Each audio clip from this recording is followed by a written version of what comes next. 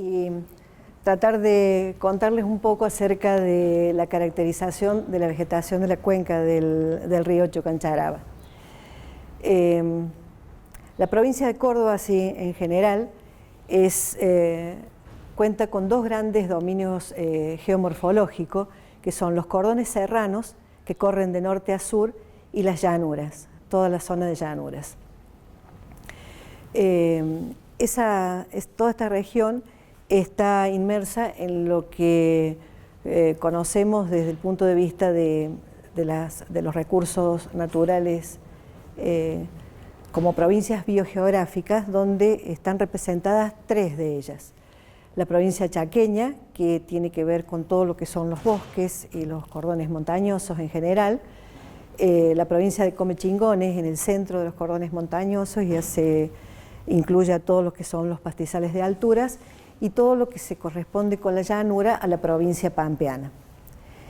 Esta multiplicidad de ambientes y la heterogeneidad de nuestra provincia, su riqueza en cuanto a formaciones, hace que haya una disponibilidad de hábitats muy grande, y eso sea colonizado por vegetación muy rica, al punto de que, como decía Angelina, originalmente el 70 o más del porcentaje de la superficie de la provincia estaba ocupada por bosques en distintos estados, bosques altos, bajos, abiertos, cerrados, y prácticamente hemos perdido todo eso por distintas razones, distintas situaciones, pero hoy en día estamos hablando realmente de superficies muy bajas, y en algunos casos hasta nos cuesta encontrar representaciones prístinas de ciertas formaciones, como un muy buen bosque de molles o de coco.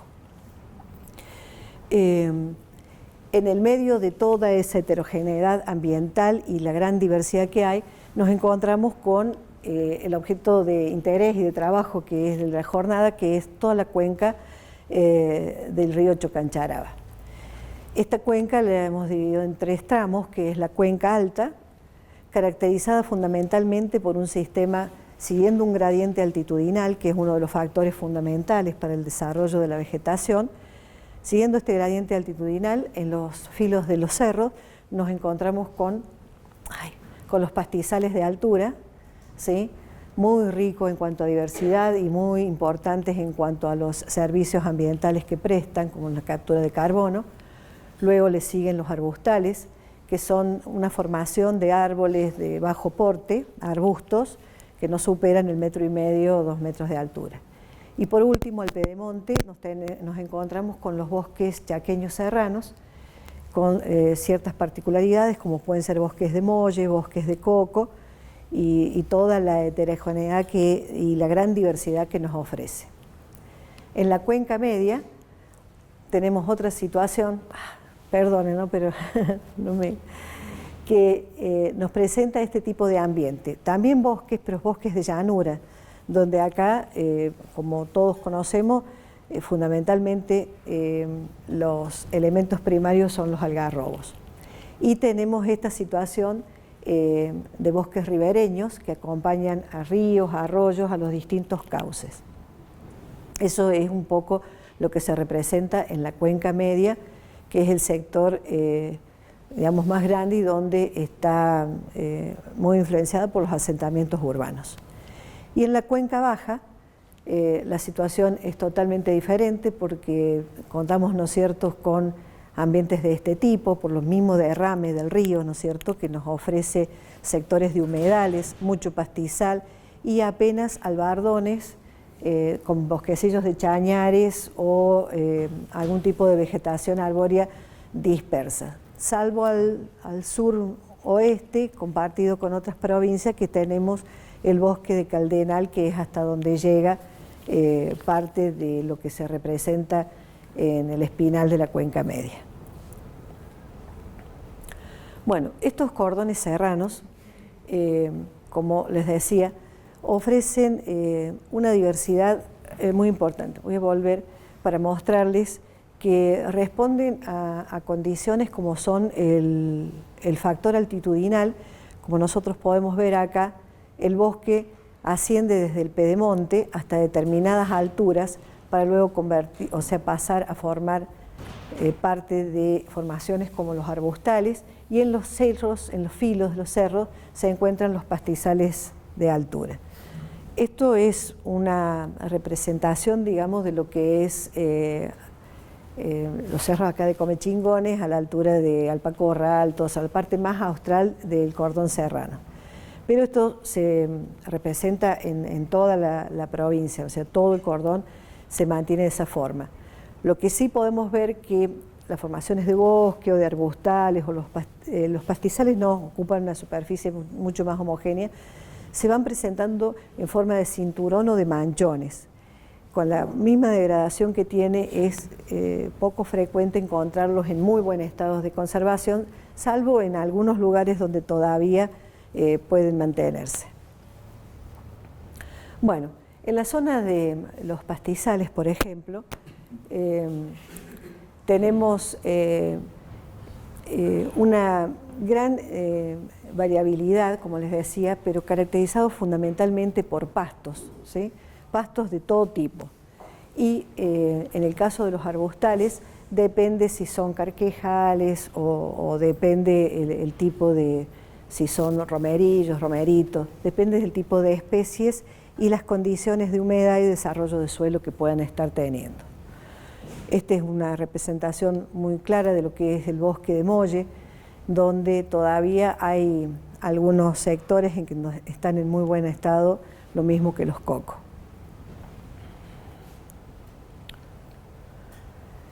La llanura es otra situación con otra particularidad. Acá el factor altitudinal no es tan determinante, sino lo que determina son las condiciones de humedad, y suelo y agua. Son bosques de llanura, donde las figuras preponderantes son los algarrobos, el algarrobo blanco, el negro, o los caldenes hacia el sur-oeste, formando lo poco que nos queda de caldenales, que no va más allá de las 3.000, 4.000 hectáreas. Generalmente los bosques ribereños son los que acompañan a los cursos de agua. Hay una gran diversidad de vegetación herbácea, muchos pastos que bajan de lo que sería la parte alta de los pastizales. ¿No se escucha? ¿No se escucha? Que son de los pastizales que bajan, ¿no es cierto?, por los cursos de agua, y encontramos ambientes con este tipo, con este aspecto. La vegetación herbácea no supera el metro de altura, y los arbustales el 1,5 metros, 2 metros de altura.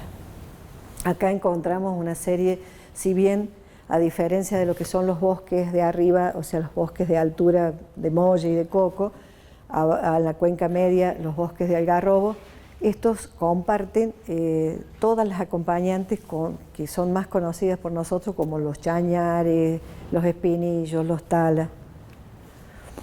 En la llanura propiamente dicha hay dos sectores bien marcados. Hacia el sudeste está la parte pampeana, que es una pradera, un parque abierto, ¿no es cierto?, con comunidades dominantes de vegetación herbácea y hipoáceas, y asociadas a algún árbol o alguna isleta aislada, que son las que han quedado. Todo esto se corresponde a otro sector, uno es el pampeano y el otro propiamente dicho como distrito del Espinal, dentro de la provincia biogeográfica pampeana, integrada por estos bosques de algarrobos blancos, negros o caldenes, que son conocidos por nosotros, ¿no es cierto?, como el Espinal. Una de las áreas más degradadas dentro de los sistemas naturales de nuestro país, es una formación prácticamente endémica, o sea, única del lugar, pero que está más bajamente representada en áreas de protección, porque prácticamente ha desaparecido. No llega ni al 1% de lo que era la superficie original en la región. Apenas hay algunos relictos asociados al curso de los ríos, como el río Chocanchará o el Popopis, o en algún predio o lugar así privado que se conserva, como algunos relictos en la zona de Belville o en la zona de Tío Pugio, por allí. y lo que está asociado, bueno, en nuestra reserva del Chocancharaba y los parches de los cuales habló Evangelina. Caracterizado tiene este aspecto, ¿no es cierto?, un poco más abiertos que los molles, porque es característico de los árboles de algarrobos y caldenes. Esa es una imagen del caldenal. El calden en sí es otra especie que tiene un porte mucho más cerrado que el algarrobo blanco o negro, pero siempre ese aspecto con una abundante cantidad de vegetación herbácea por debajo.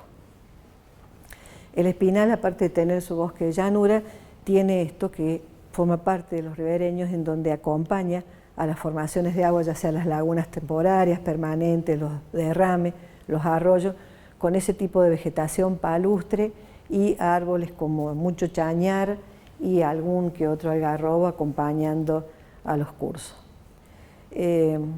Bueno, el espinal es prácticamente un espacio, o sea, un hábitat prácticamente perdido, y una de las cosas que, bueno, uno pretende con la restauración es tratar de recuperar esa diversidad para protección y para la provisión de todos los servicios que este tipo de sistemas nos brindan.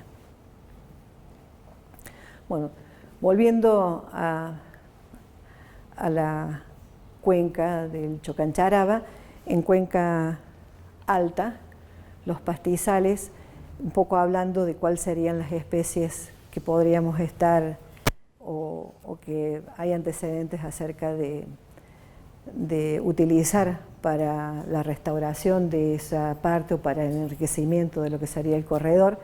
Tenemos diferentes tipos de pastos fundamentales para esta área, que son este tipo de pasturas, ¿no es cierto?, cortaderas, jarabas, festucas, ¿sí? Son las principales, son los elementos dominantes de los pastizales, y también son fáciles de obtener y de utilizar para la restauración. Es importante ver en este sector de la cuenca, que es la cabecera, en las partes altas, la importancia de los pastizales. Tiene mucho que ver o está muy asociada a la captura de agua y a todo lo que es recarga de acuíferos. Y en los sectores donde eso se da es en las zonas de mallines y de depresiones de este tipo. Es fundamental la protección de estos lugares que están muy próximos a las nacientes de los arroyos que forman toda la red de drenaje de la Cuenca Alta, porque una de las recomendaciones sería no plantar árboles y arbustos cerca de estos sistemas, o sea, debido a que justamente esto es una zona de infiltración del agua y funciona así, con ese tipo de vegetación, que es un mullín de pastos muy cortos y muy densos. Al ponerle árboles, esto hace, ¿no es cierto?, que se seque. Sí. En la parte de los mallines, ¿qué pasa con el pisoteo animal cuando no está aislado? No, justamente no debería. Yo no quise meterme con ganado, pero árboles y arbustos muchas veces se busca para mejorar, poner árboles alrededor, pero eso ofician de bombas y lo terminan secando. Y es en estos sectores donde se produce la máxima infiltración y la máxima recarga de los acuíferos. El caso del ganado, lo que hace el pisoteo es destruye todo eso y deja de cumplir esa función. Naturalmente, estos sistemas están protegidos. Esta es una foto después de un incendio, donde siempre estos están protegidos por una corona de cortadera, y entonces eso hace un poco que frene el acceso del ganado.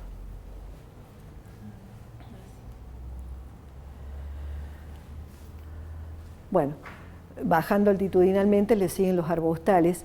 Generalmente los utilizados para la zona son los romeritos, las carquejas, la chilca, que aparte de ser de fácil reproducción, ayuda mucho y protege mucho lo que es el suelo y la cicatrización del sistema.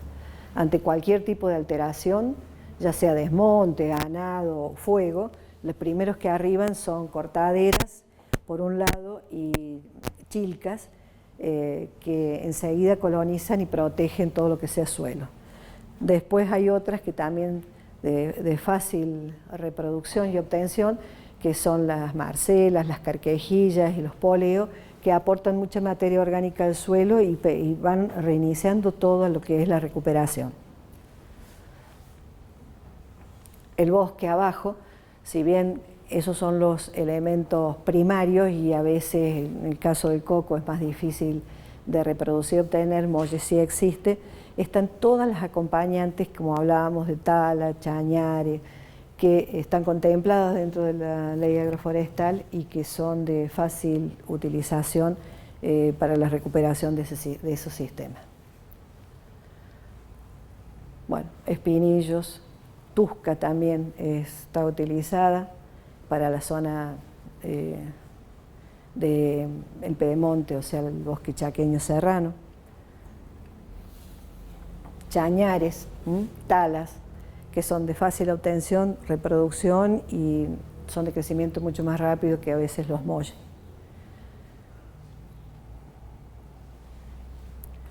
Bueno, acá se me hace lío con... Vamos a la cuenca media, el elemento primario el algarrobo y el caldén, los dos son de fácil reproducción y de obtención, hay mucho, está contemplado también en la ley agroforestal para recuperar los predios. El algarrobo blanco es mucho más rápido, de crecimiento mucho más rápido, y a esto se le suman todas las otras acompañantes que servirían, ¿no es cierto?, como para ir recuperando las áreas esas. Bueno, aparecen arbustos importantes, o sea, estos bosques se van estructurando siempre de abajo hacia arriba, ¿no es cierto?, mientras se espera una respuesta, o sea, un crecimiento de las arbóreas, se va estructurando el sistema con la parte arbustiva y la herbácea. Y las arbustivas que más están resultando son, por ejemplo, los moradillos, las barbas de chivo, la gaña de perro, como le quieran llamar, los zen, ese tipo de vegetación que es de rápida, o sea, fácil reproducción, tienen buena producción de semillas, son de la zona, están adaptadas a la región y de fácil estructuración del sistema. Siempre en cuenca media, los bosques ribereños, que son los que acompañan los cursos de agua, aparecen en algunos sectores nuestros tan degradados y desaparecidos quebrachos blancos.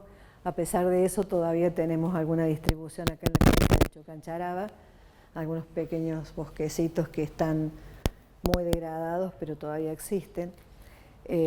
No podemos hablar de utilizarlo como una especie de recuperación porque es de crecimiento muy lento, pero sí sabemos que están y al menos proteger esos predios para que se sigan recuperando. Este es el aspecto de estos sistemas, ¿no?, ribereños. Mucha vegetación herbácea, flotante, ayuda mucho a lo que es la aireación y a la generación de un sistema bastante protegido para la diversidad y para la función que deben cumplir los corredores, ¿no es cierto? Ese flujo de diversidad y posibilidades de llevar adelante los servicios ambientales que deberían estar cumpliendo. Vamos a ver, ¿no es cierto?, isletas de este tipo, porque ya a partir de cuenca media el río que va divagando dentro de la llanura y formando todos estos sistemas de meandros, van dejando la posibilidad, ¿no es cierto?, de que se generen estos albardones de chañares, fundamentalmente de chilcas, espinillos, ¿sí? O sea, una maraña de relaciones e interrelaciones que estructuran sistemas de esta forma. Una abundante vegetación herbácea en la base que ayuda mucho a todo lo que sea fijación de los suelos y evitar, ¿no es cierto?, la erosión, tanto del agua, por agua o por viento, por voladura de suelos. En las zonas de la cuenca baja es otra situación totalmente diferente porque hay una pérdida de suelo muy grande, de la estructura del suelo. Entonces uno tiene que pensar ahí en la vegetación que aporte la suficiente materia orgánica como para estructurar y permitir la recuperación de los mismos. En la zona de bañados no podemos hablar, en la zona sobre la cuenca del Chocancharaba, tanto de los Cáldenes, porque está mucho más tirado hacia el sur oeste, lo que es el área del Caldenal. Pero sí podemos seguir reforzando, ¿no es cierto?, con todos los acompañantes que sí lo alcanzan a estructurar, que son espinillos y mucho chañar. Por el sistema que tiene radical, el chañar ayuda mucho a fijar lo que es suelos y evitar la voladura, y esto, que es todo un problema. Junto a esto, la calcificación y la salinización por los derrames que tienen a esa altura. O sea, el río en los bañados, a partir de la zona de acá de Acequias para adelante, o sea, todo Carlota, toda esa zona, prácticamente el río ya no tiene pendiente, entonces divaga y se derrama permanentemente, generando este tipo de anegamientos, mucho depósito de sedimentos que arrastra desde la cuenca alta. Eso también es muy notable en este sector, los depósitos de sedimento, que ahí vienen los problemas de calcificaciones y de salinización. Pero podemos trabajar con vegetación que tolera perfectamente, como el caso de los chañares y los espinillos, y una serie de arbustos que aportan muchísima materia orgánica al suelo, como son las zampas, que también son muy resistentes y son plantas que, las zampas, los palos azul, que toleran perfectamente las concentraciones de sal, y como ustedes ven, esa forma, muchísima hoja, o sea, y eso se transforma en materia orgánica y ayuda a estructurar, o al menos a que se estructure mejor el suelo. Bueno, estas son líneas de chañares que también ayudan bastante, las cortaderas, los poleos, los palos amarillos, todos los palos azul, todas son plantas.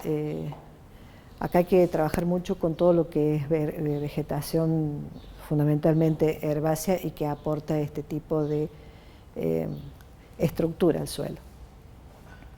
Bueno, un poco la idea de... la chilca también anda muy bien, se ve que tiene una plasticidad genética importante, y como el caso de la cortadera, los que andan en la zona lo verán que desde las cabeceras de cuenca hasta las desembocaduras se adaptan perfectamente a distintos gradientes ambientales y altitudinales, como también de condiciones de suelo. Responden muy bien y ayudan mucho a lo que es la protección del suelo para evitar gran parte de la erosión. La idea de trabajar con especies autóctonas o nativas propias de la región consideramos que es fundamental, ya que aparte de mantener la estabilidad de los sistemas, ¿sí?, y están adaptadas y asociadas a toda la diversidad, por lo que fundamentalmente regulan muy bien el uso de agua y regulan muy bien todo lo que tenga que ver con condiciones climáticas, inundaciones y funcionamiento hídrico de la cuenca, que es lo que se busca con estos corredores, de poder restaurar todos estos sistemas ambientales que provee, y donde la vegetación es un elemento muy importante para que eso se pueda cumplir. No es aconsejable a veces trabajar con las exóticas. No digo que haya algunas que se conoce de su biología, se sabe que no hay problemas en cuanto a su efecto invasor, a que tenga antecedentes invasor, pero siempre hay que tener mucho cuidado con las exóticas que se utilizan. Lo que sí debemos tener presente es que en el contexto de restauración o de recuperación de estos sistemas naturales, el reforestar con nativas propias de una zona tiene que ver con estos tres pilares, que es la función ecológica y social que cumplan desde todos los aspectos, la disponibilidad de semillas y la posibilidad de hacerlas reproducir y obtener, y la adaptabilidad a las condiciones de suelos y las condiciones climáticas que tengan.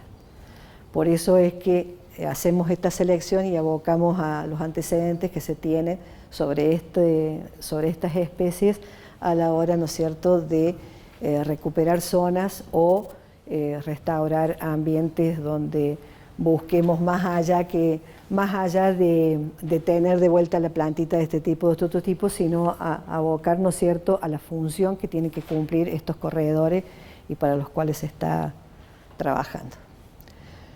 Bueno, eso sería todo por mi parte. No sé si fui muy rápida. Sí, gracias.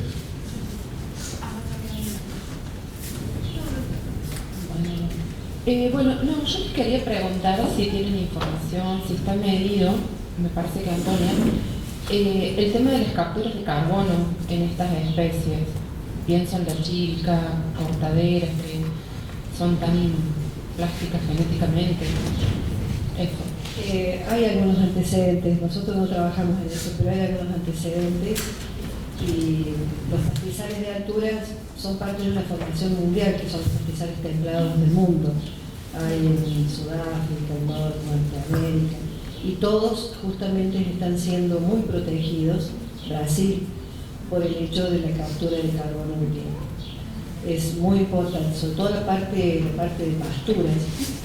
La chica no tanto, pero la parte que tiene de bueno la chica es cómo estructura el suelo y tiene una capacidad de reproducción vegetativa y todo lo que es raíces que hace que protejan muy bien al sistema perturbado.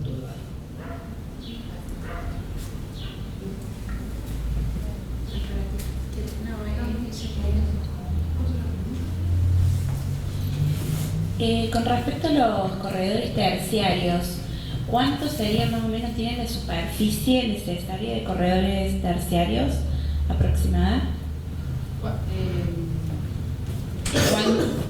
¿Cuánto cubren esos? Claro, más o menos cuál sería la superficie, si más o menos tienen una idea de, dentro de ese mapa, todo lo que es amarillo, cuánto sería la superficie más o menos ideal, digamos, para desarrollar esos corredores terciarios. En realidad ahí están planteados como líneas, ¿sí? Lo que nosotros, digamos, sería como la trayectoria por donde debería ir un macizo o una clausura o una forestación, ¿sí? Que eso va a depender del predio, ¿no? Es más una guía que no está planteado como superficie efectiva, sino es la distancia hacia ese lugar, y si yo quiero hacer una clausura, genial si lo hace por ahí, ¿no? Eso. Yo, si me permiten, cuando nombraron las leyes, me parece que también tendrían que considerar la ley de conservación del suelo. ¿Estaba ahí? Sí, no estaba ahí. Ah, bueno, era eso.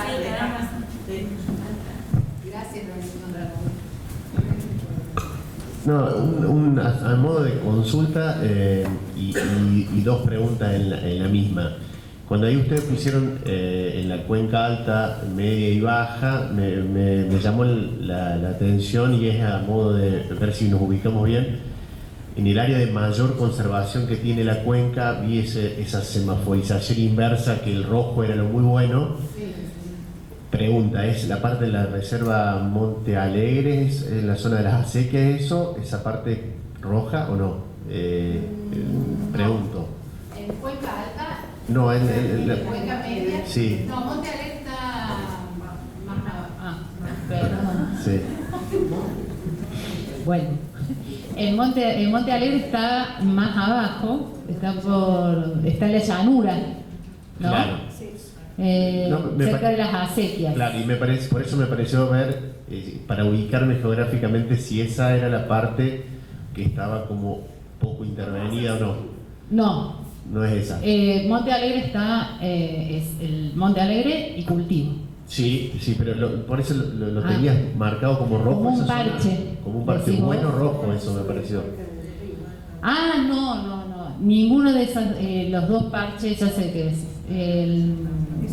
Lo de la presentación, que son los dos únicos parches que están en muy buen estado de conservación. Sí. No es Monte Alegre. Monte Alegre queda un poquito más fuera del límite de la cuenca propiamente dicha del cuarto, pero está a esa altura. Perfecto, sí. Y con respecto sumando lo que se preguntaban sobre los corredores terciarios, la pregunta es, y lo disparo como una incógnita, es cómo se imaginan ustedes promover la realización y llevarlo a la práctica, sabiendo de que esos corredores terciarios están en una zona agrícola muy importante, donde la tenencia de la tierra, el 70% de la agricultura en la Argentina es bajo una propiedad de no tenencia propia, ¿no es cierto?, desde bajo sistema de alquiler. Entonces uno valida y valora un montón, pero ¿cómo podemos llegar a un punto de interactuar público-privado para promover ese tipo de prácticas y que eso no quede en un espectacular diagnóstico, pero llevarlo a la práctica? ¿Cómo se lo imaginan ustedes? Bueno, esa es la pregunta del millón. La mejor pregunta. La idea fue, en un principio cuando empezamos a trabajar corredores, dijimos, bueno, ¿cómo llevamos esto a la práctica? Y digamos, siguiendo un poco la teoría, dijimos, bueno, usemos herramientas legales que permitan bajar a territorio este diseño que en la computadora es hermoso, pero hay que ser real, hay que ver cómo lo bajamos. Entonces empezamos a pensar o trabajamos con las leyes que dijimos para hacer el árbol de toma de decisiones, que de alguna forma obliga o tienen una obligación los propietarios a cumplirla, desde la ley de bosques, ¿sí? Cuando hablamos de los 100 metros de la ribera como áreas de conservación, hasta el porcentaje de superficie que tienen que forestar por la ley forestal, el código de aguas, la de conservación de suelos, hay una nacional de promoción, que ahora no me acuerdo el número, pero la de promoción de forestación. 2508. Esa. ¿Cómo andas? 2508. La 2508. Todas esas, ¿sí? Por un lado, usar esas herramientas legales. Y por el otro lado es esto que estamos haciendo hoy. Bajarlo a terreno, hablarlo con los que realmente son los que lo aplican, y en la segunda parte de este taller vamos a trabajar una serie de casos ejemplos donde la idea es que podamos decir, no, eso así no se puede, acá no te lo van, o sea, poder empezar a ponerlo en funcionamiento de alguna manera, como para saber qué tan factible puede llegar a hacer que se cumpla o que no. Pero es como que hay que construirlo, ¿sí? O sea, el fundamento teórico, biológico, todo está. La cosa es que, bueno, cómo hacemos esa conexión, y eso es para lo que estamos hoy acá. O sea, ustedes nos van a ayudar. ¿Alguna pregunta más? ¿Idea?